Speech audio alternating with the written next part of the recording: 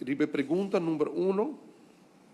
Na maart 2021, web afirma o Confidentiality and Non-Disclosure Agreement NDA com Eagle Energy, qual te impedir a publicação de contrato, apesar de ser, a NDA está entregada no Parlamento, tu rende para a cópia, na nota ter inzage, tu rende para a cópia de lo que vai entregar.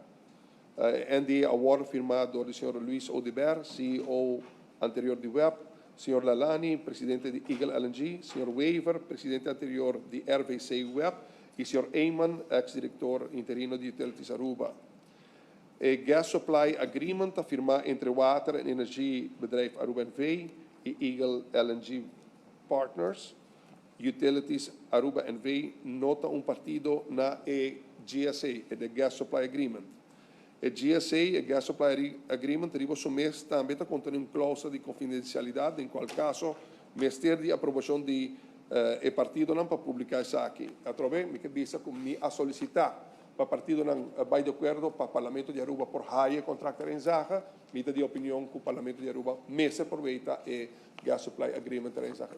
Senhor Presidente, me se bisa adicionalmente a mim não a ele, me não a WACE tem ainda me não tem acesso na G, me tá configurado em quadro de good corporate governance.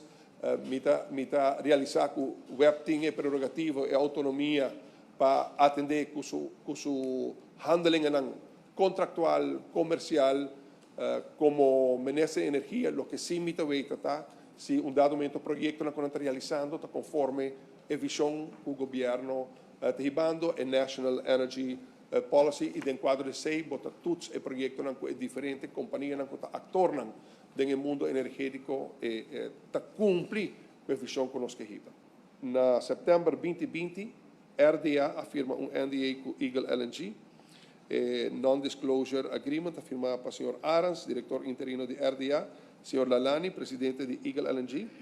Durante o RAOE process, RDA afirma NDA com todo candidato para avançar para a segunda fase, e através nanta dinge documento nanta ambe como entregar ao Parlamento através na nota ter mensagem para cópia para todo membro do Parlamento tem a National Energy Policy 2020-2030 de gabinete Weaver Cruz 1 adoptar para gabinete Weaver Cruz 2 e targets para 2030 tá entre outros reduzir CO2 emissions com 45%, aumentar a produção de energia com renewable energy para 35% na 2024 e na 50% para 2030.